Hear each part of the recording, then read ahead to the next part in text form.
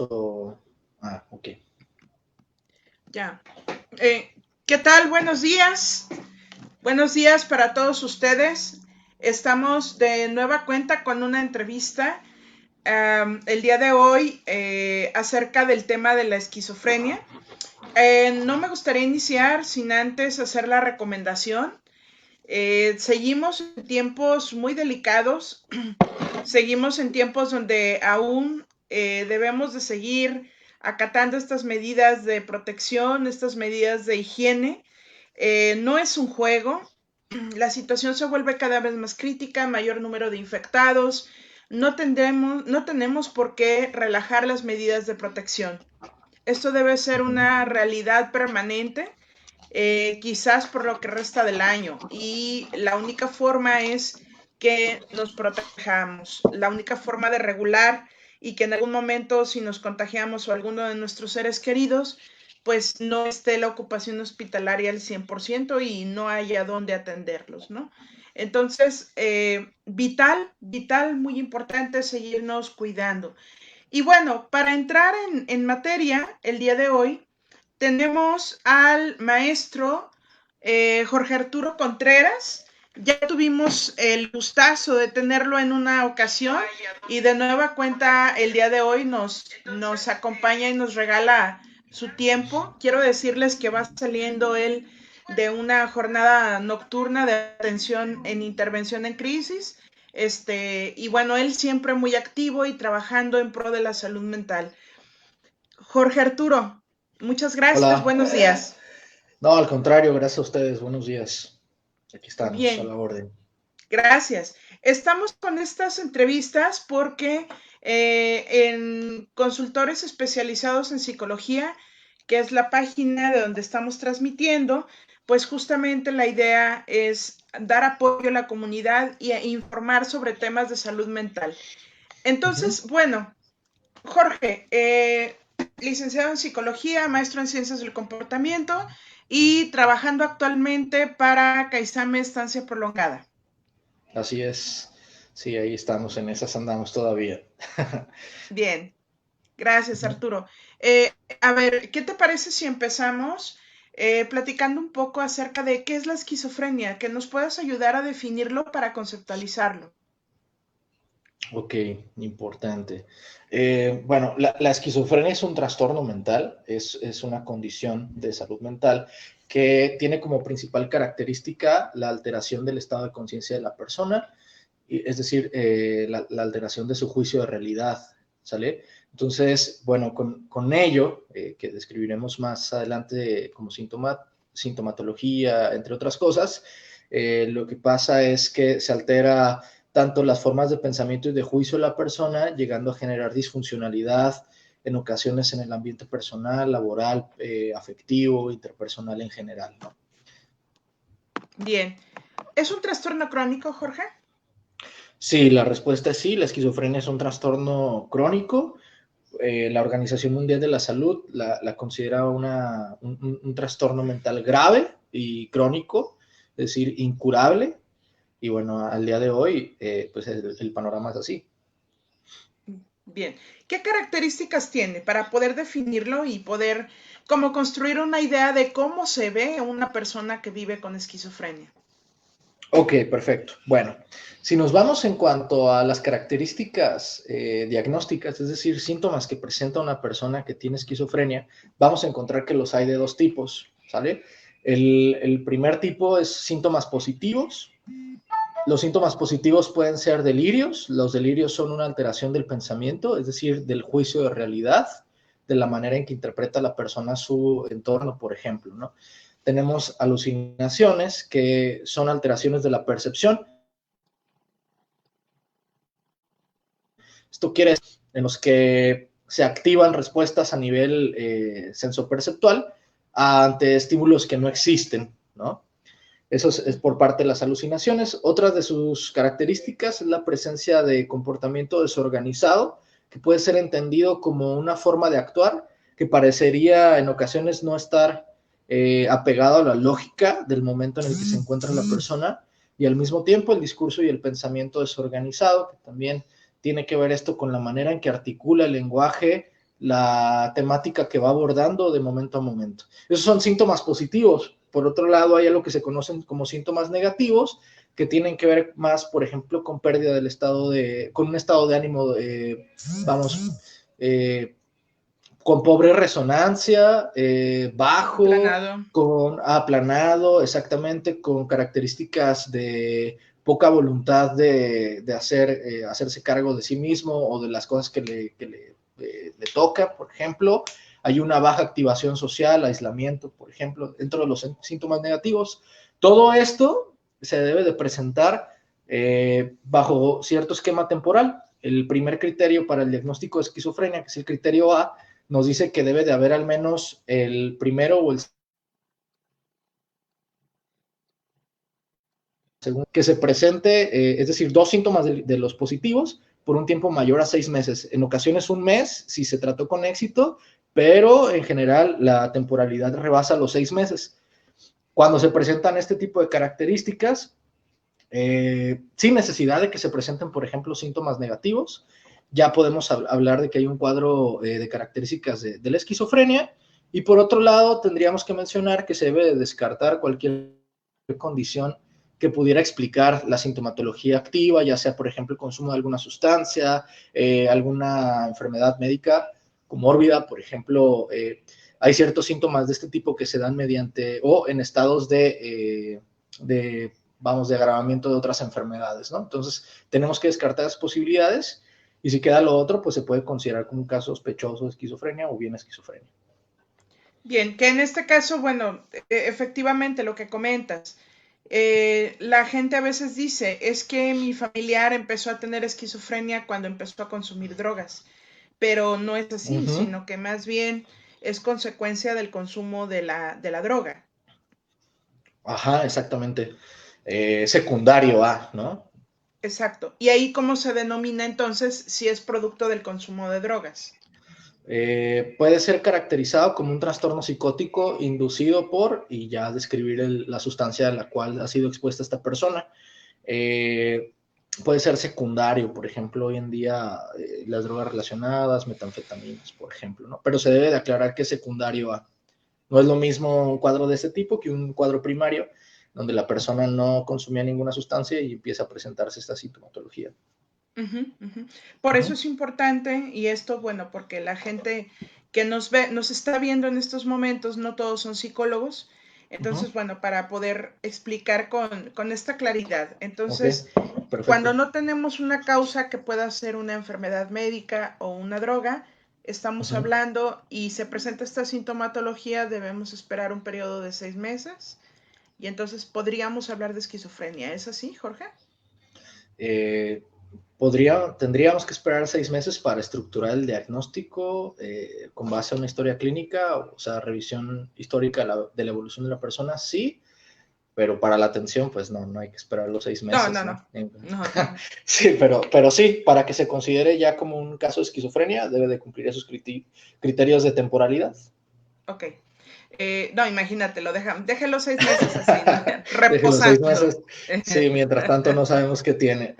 Normalmente estos casos, pues, se van con el diagnóstico de trastorno psicótico no especificado y ya después que cumplen temporalidad se establece el diagnóstico primario, ¿no? Pero sí, esa es la temporalidad. Bien. La cuestión aquí es, estos son los síntomas, suenan muy disfuncionales, la persona puede llegar a provocar una disfuncionalidad alta. Entonces, ¿qué se tiene que hacer si, por ejemplo, yo me doy cuenta que un familiar mío tiene esta sintomatología? Bueno, lo primero que habría que hacer sería acercarlo a los servicios de salud mental, ¿no? En específico, pues bueno, no cualquiera, pero sí un psicólogo clínico o un psiquiatra que nos podría ayudar con la estructuración del diagnóstico y poderle dar el tratamiento adecuado. Digo psicólogo a lo mejor porque eh, normalmente las personas socialmente suponen que el psicólogo atiende cosas menos graves, ¿no? Entonces se van con la finta de que hay que ir al psicólogo primero y luego al psiquiatra. Pero esto, pues obviamente no es así.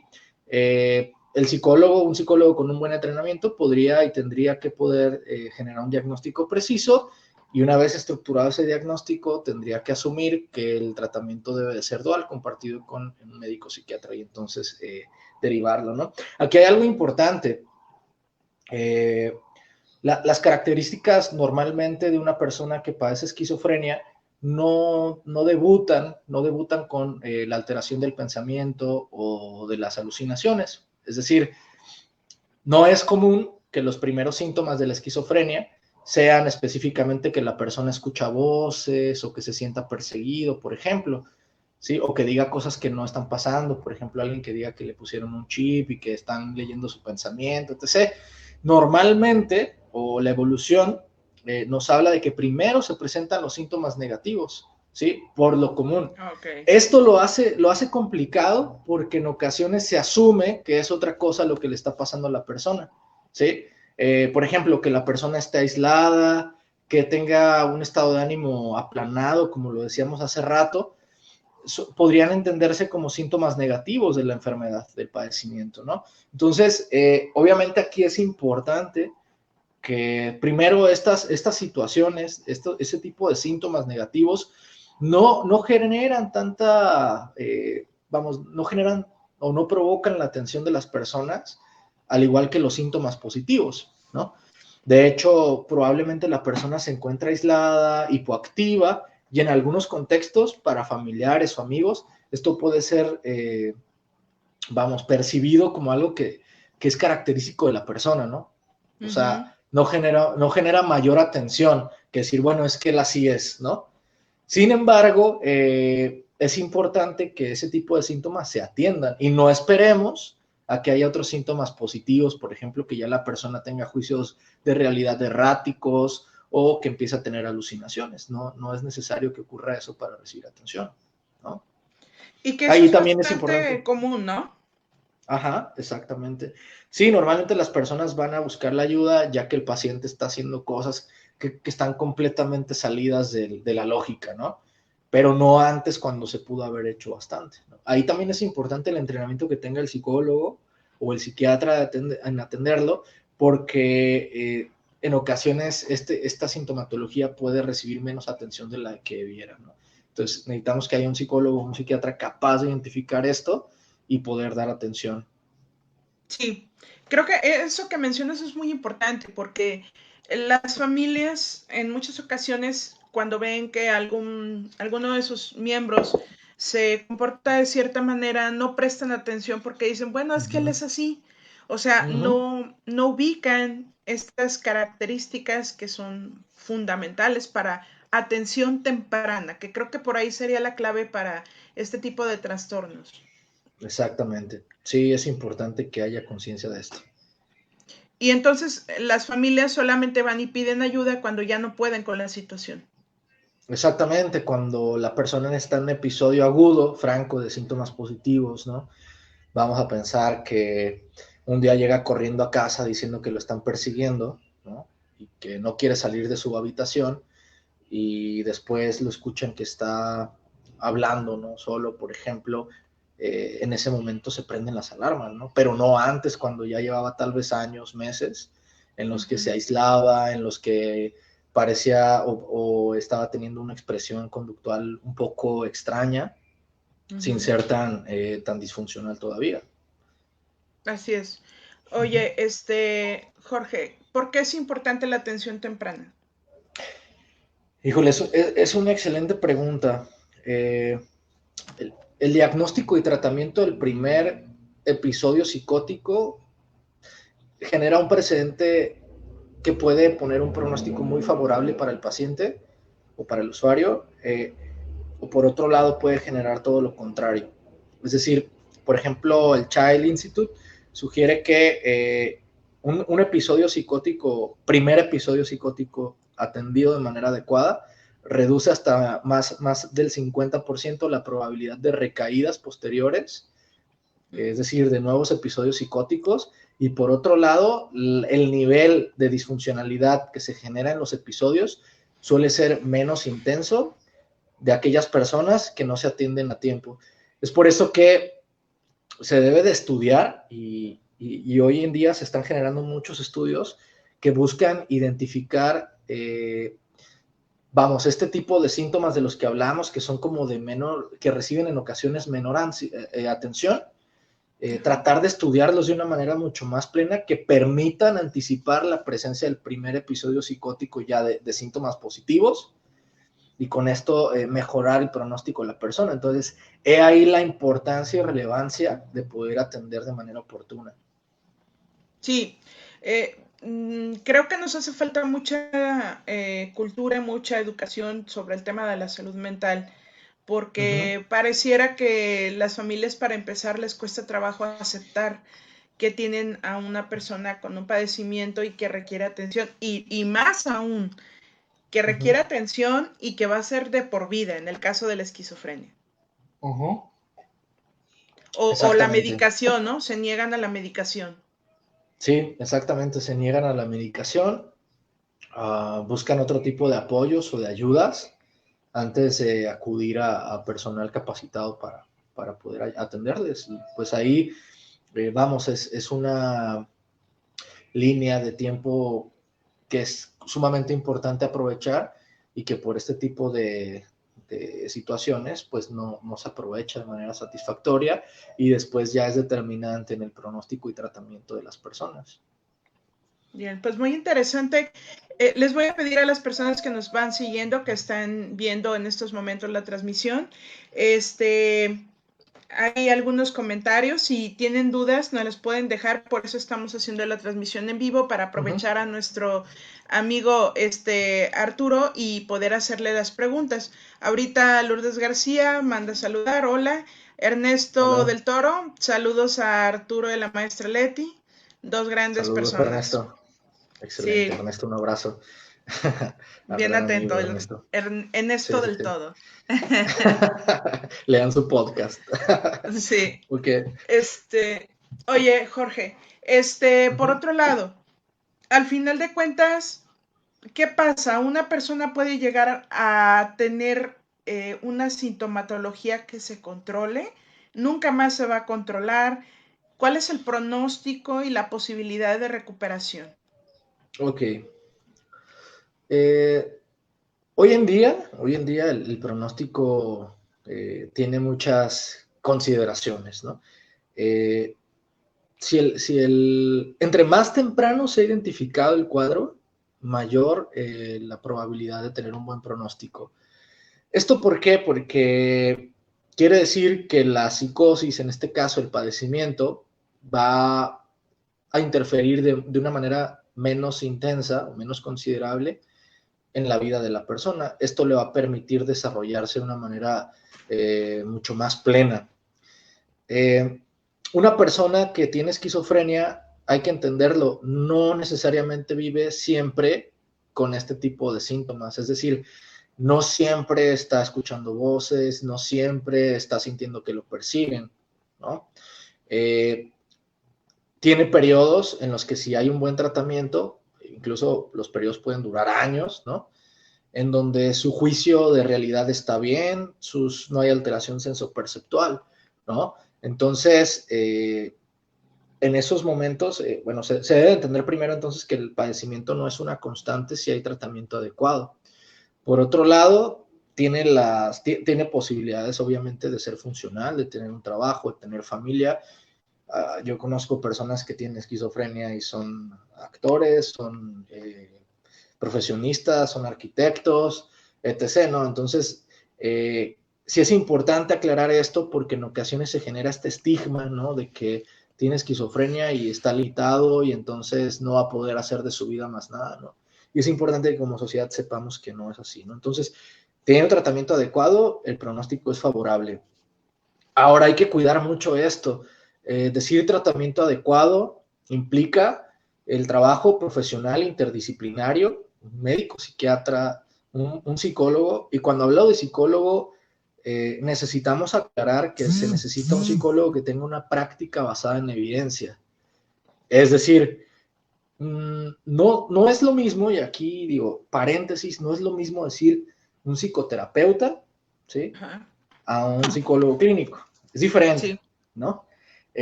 Por ejemplo, podemos tener psicoterapeutas que son contadores, desgraciadamente, ¿no? o son arquitectos y aparte es psicoterapeuta, ¿no?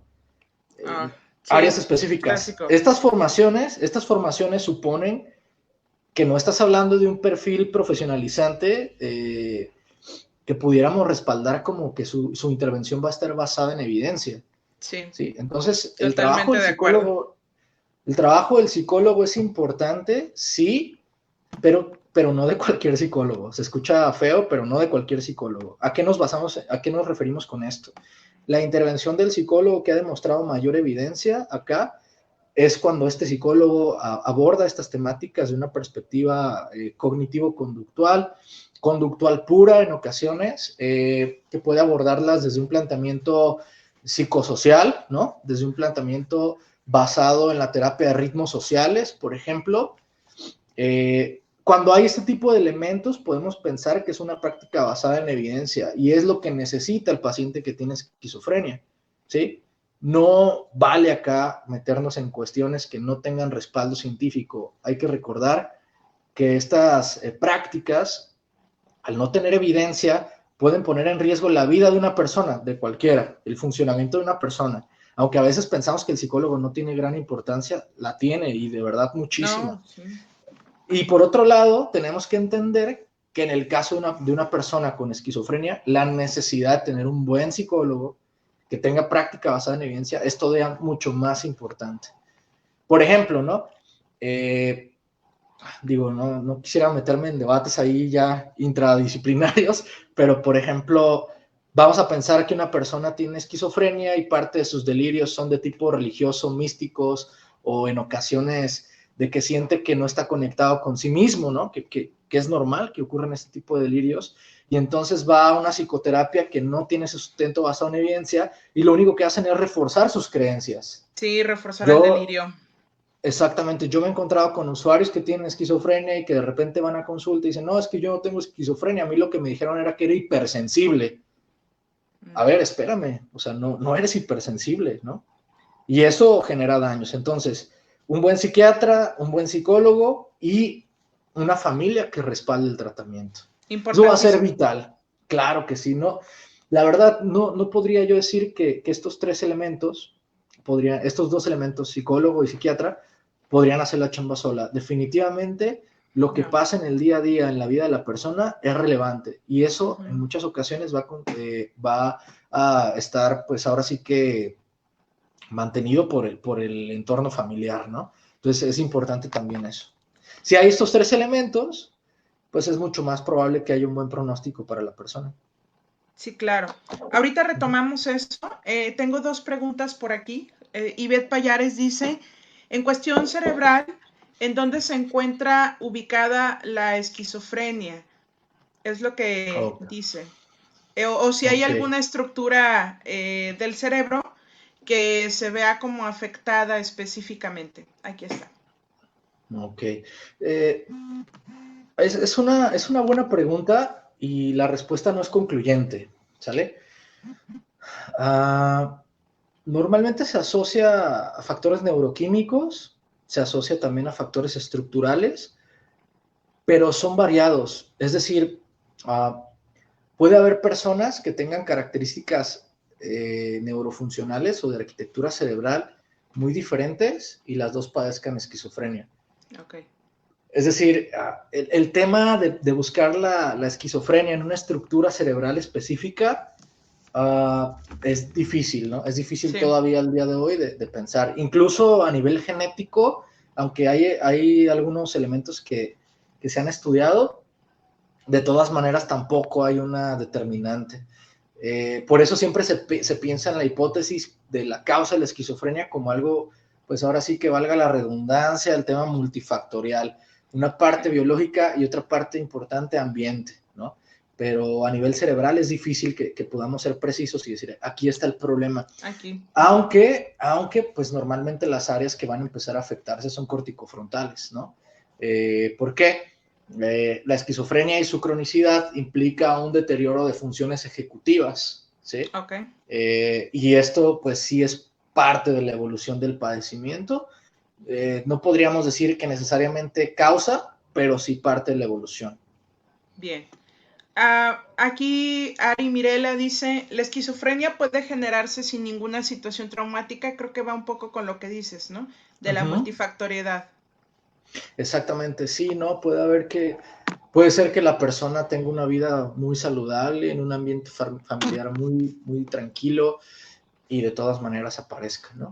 O puede Aparezca. ser que todo lo contrario, ¿no? Que la persona tenga una vida sumamente complicada, con estresores sociales, económicos, familiares tremendos y que nunca pase, ¿no? Entonces, Así es. yo creo que es como preciso siempre un estudio de caso, Así ¿sí? es. Y bueno, finalmente por ahí, Laura Telles, que dice que muchas gracias por el tema. Ujú, Y bueno, a mí me gustaría hablar de la parte de la importancia de la ujú, familia, Jorge, para ujú. la recuperación.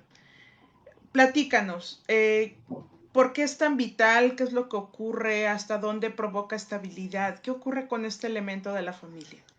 Ok, la familia dicta un precedente y una intervención sumamente adecuada. Primero, la familia muchas veces es la primera estructura social que se va a preocupar por la persona y entonces va a procurar su atención, ¿no? Ujú. Desde ahí se vuelve trascendental. Y la segunda parte en el tratamiento. Una familia que comprende de manera precisa y profunda qué es lo que le pasa a ese miembro de la familia que padece esta condición, va a ser capaz de abordarle de una manera mucho más humana, ¿no? Va a poder abordarle de una manera en que incluso puede haber mejoras significativas. ¿A qué me refiero? Cuando una familia sabe que el miembro que padece esto tiene, vamos, delirios, ¿no? Puede llegar a la situación en donde sepa cómo contenerlo, ¿no? Ok, Cómo llevar ese cuadro delirantes y generar estresantes que hagan que el episodio sea mucho más grave para la persona, ¿sí? Una hiperestimulación cuando hay un episodio de psicosis en sus inicios puede generar que haya un brote mucho más crítico. ok. Entonces, si la familia sabe qué es lo que está pasando, si la familia tiene herramientas de contención, por ejemplo, que le pueda ayudar a entender su psicólogo o su psiquiatra, pues es mucho más fácil afrontar este tipo de situaciones, mucho menos complicado, diría, no fácil. Por otro lado, la familia puede ayudarle a cuidar aspectos tan elementales como la adherencia al tratamiento farmacológico. Ujú. Eh, de manera cultural, podemos pensar que los mexicanos tendemos mucho a tener una pobre adherencia a tratamientos, a lo que sea, al psicólogo cuando empezamos a ir, a tomarnos un tratamiento para Hasta para una la... infección lo dejamos a la mitad. Exactamente, ¿no? Entonces, imagínense dejar la responsabilidad de tratamiento para una persona con esquizofrenia, dejarle toda la responsabilidad a él, ¿no? No implica una situación de voluntad o de comprensión, implica que en ocasiones el mismo padecimiento le va a impedir hacerse cargo. Ujú. Entonces, ahí es cuando necesitamos una familia que ayude a cuidar desde los aspectos más elementales este tipo de situaciones. Ahora bien, también la familia puede ayudar a generar atención en otras áreas, ¿no? Hoy en día aquí en Jalisco existen algunas instituciones que funcionan como hospital de día, ¿no? Y esto favorece muchísimo a las personas, ¿no? Que padecen esquizofrenia. Ujú. Entonces, la relevancia de la familia es muy importante desde el aspecto de la primera vez que se atiende el caso y en el tratamiento, pues es vital también. Bien. Jorge, creo que nos falta mucho para saber y para poder educarnos como sociedad. Uh -huh. Creo que la moraleja de todo esto que nos comentas es educarnos y sobre todo acercarnos a la gente competente. Creo que eso que Exacto. comentas sobre el profesional que esté Uh -huh. realmente capacitado para trabajar en estos temas es fundamental, porque de repente creemos que por haber egresado de la carrera ya somos expertos, ¿no? En psicoterapia o ya somos expertos en ciertos temas. Y la verdad es que se requiere un trabajo de especialización. Sí, sí, la verdad es que sí. y poner ahora sí que conocer los alcances y limitaciones que uno como profesionista puede tener y entender que no necesariamente estamos capacitados para atender todo lo que venga de frente, que tampoco es la obligación, a veces se piensa que sí, ¿no? Si somos competentes para una área, suficiente, hay que desarrollar lo más que se pueda y listo, ¿no? No hay médicos que curen todo, ¿no? No hay un médico que tenga Sí. especialidad en cardiología, psiquiatría, además sea ginecólogo, pues no lo hay. Entonces, pues tampoco hay un psicólogo que atienda todo, ¿no? Entonces, hay que pensar que se trata de eso y no hay una obligación social, ¿sí? A tener las capacidades y las competencias adecuadas para la atención. Sin embargo, no existe la obligación social para pensar que debemos atender todo. Así es, así es. Uh-huh. Jorge, te agradezco mucho tu tiempo. De Uh-huh. verdad, gracias. Sé que vienes de guardia nocturna, repito, de intervención en crisis. Y tus conocimientos siempre serán muy valiosos. A mí me gustaría que si posteriormente podemos por ahí tener una nueva charla, pues de una vez amarrarte, ¿no? Hacerte una nueva Uh-huh. invitación. Siempre estos temas van a servir para apoyar a la sociedad. Claro que sí, con gusto. Igual, maestra, nada más me gustaría aclarar algunos puntos, ya nada más Claro. como para cerrar el tema, que creo que son importantes de saber. Por ejemplo, la Organización Mundial de la Salud para el año 2019 reportaba que había al menos 21 millones de personas con esquizofrenia en el mundo, ¿sale? A esto tenemos que entender que son muchas, entonces es algo que es importante reconocer. Y por otro lado, hay que entender que no todos están diagnosticados, entonces puede ser que sean muchos más, ¿no? Normalmente reporta que esos 21 millones, 13 millones son hombres y 9 millones son mujeres, lo que habla de una pequeña diferencia en cuanto a que el género, o en este caso el sexo, Masculino. es importante. El riesgo de muerte por esquizofrenia se asocia, bueno, perdón, el riesgo de muerte temprana es más común en esquizofrenia. Normalmente se asocia con otras patologías, no con la esquizofrenia, sino Uh-huh. que la misma disfuncionalidad va generando otro tipo de enfermedades concomitantes. Es importante ahí tenerlo claro. Las personas con esquizofrenia, bueno, pues muchas veces sufren estigma, eso nos toca a nosotros como sociedad. Insisto, las causas genéticas y ambientales. En cuanto a al dato que habíamos hablado, los 21 millones de personas, el 50% de esos 21 millones de personas no reciben la atención adecuada, ¿sale? Uh-huh. Imagínense eso. Por otro lado, de ese 50% que no recibe atención adecuada, el 90% está ubicado o son personas que viven en países subdesarrollados, por ejemplo el No, nuestro. la desventaja. ¿Sí? Exactamente. El inicio de la esquizofrenia normalmente empieza entre los 15 y los 25 años, 15 y 30 años. En nuestro país, al 2018, había más de 1 millón de personas con esquizofrenia. Insisto, organismos como el Child Mind Institute reporta que la identificación del primer episodio reduce la posibilidad de recaídas hasta en un 50%, así como la intensidad de las mismas. Los síntomas negativos de los que hablábamos normalmente están presentes antes del primer episodio agudo, es decir, de las alucinaciones y de todo esto. Y también importante, normalmente, por ejemplo, cuando las personas tienen alucinaciones visuales, ese es un dato relevante. Muchas veces pensamos que ya se trata de esquizofrenia cuando no tenemos el ojo capacitado ni entrenado, pero normalmente las alucinaciones visuales se relacionan con otras enfermedades orgánicas, ¿sí? Ok. No es común encontrar en esquizofrenia, vamos, cuando no hay alguna situación orgánica de lesión, por ejemplo, o de función, no es común encontrar alucinaciones visuales, ¿sí? Uh-huh. Entonces también hay que atender esto como que si en ocasiones algún familiar llega y dice, es que yo veo cosas, ¿no? No necesariamente tiene esquizofrenia. Habría que llevarlo a un médico especializado, sin embargo, esto no se relaciona directamente con que vaya a ser tratado por esquizofrenia, ¿no? Y bueno, esos serían como algunos datos conclusivos que me gustaría que quedaran como claros ahí. Y bueno, pues muchas gracias por la invitación y cualquier cosa, pues estoy a sus órdenes.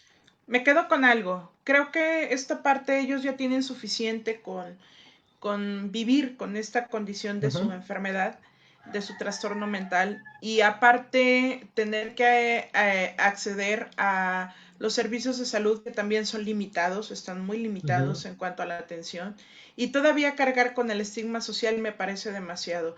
El señalarlos, el restarles oportunidades de trabajo, oportunidades sociales, creo que también es algo clave, y que si como sociedad nos educamos y podemos aportar, también tenemos la responsabilidad de aportar un granito de arena para que estas personas puedan incorporarse lo mejor posible a una estructura que también les pertenece, que es nuestra propia estructura social, ¿no? Exactamente, y creo que es importante eso porque, por ejemplo, hay muchos críticos de los modelos hospitalarios, ¿sí? Y, y bueno, se podría pensar que los modelos hospitalarios no son ya suficientes ni tienen lo necesario para atender este tipo de padecimientos. Sin embargo, para que nosotros podamos pensar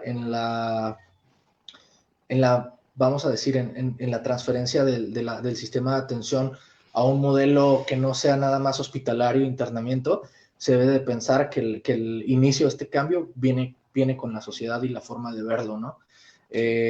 No podemos nosotros echarle la culpa a un hospital y decir es que no se deben tener a los usuarios encerrados, hospitalizados contra su voluntad, etc., cuando tenemos una sociedad que los castiga, ¿sí? Así es. Que los castiga y los segrega. Entonces, si queremos nosotros que haya la desaparición, ¿no? Si pensamos en los modelos que suponen la desaparición de hospitales, por ejemplo, tendríamos que pensar que necesitamos mover toda la estructura. Y cuando digo toda la estructura, no me refiero a los centros de salud, me refiero a la estructura social y la forma en la que entendemos la salud mental en nuestro país. Si no, de nada sirve para pensar en otro modelo cuando las cosas son de este tipo. Entonces tenemos una gran responsabilidad también nosotros, aunque no tengamos un familiar directo que tenga este padecimiento, tenemos la obligación, aunque no seamos psicólogos, aunque no seamos psiquiatras, tenemos la obligación de, como actores sociales, de podernos darnos cuenta de estas situaciones, de esta condición de las personas, y obviamente, si no ofrecemos ayuda, al menos no obstaculizar. Así es, muy importante. Siempre un gusto hablar contigo, Jorge. Mil gracias Igual. por tu tiempo. Y bueno, él es Jorge Arturo Contreras. Muchas gracias por tu tiempo. Y esperen nuestro siguiente tema para la siguiente semana, que es el juego sexual en pareja. Y bueno, Jorge, también invitadazo a que nos escuches, nos veas. Y pues ya amarramos para nuevos temas. Mil gracias por tu Claro que tiempo. sí. Con gusto, estoy a sus órdenes y no se pierdan entonces la siguiente transmisión de la maestra Fernanda. También saludos para ella y bueno, por aquí estamos. Cuídense mucho. Gracias. Hasta luego.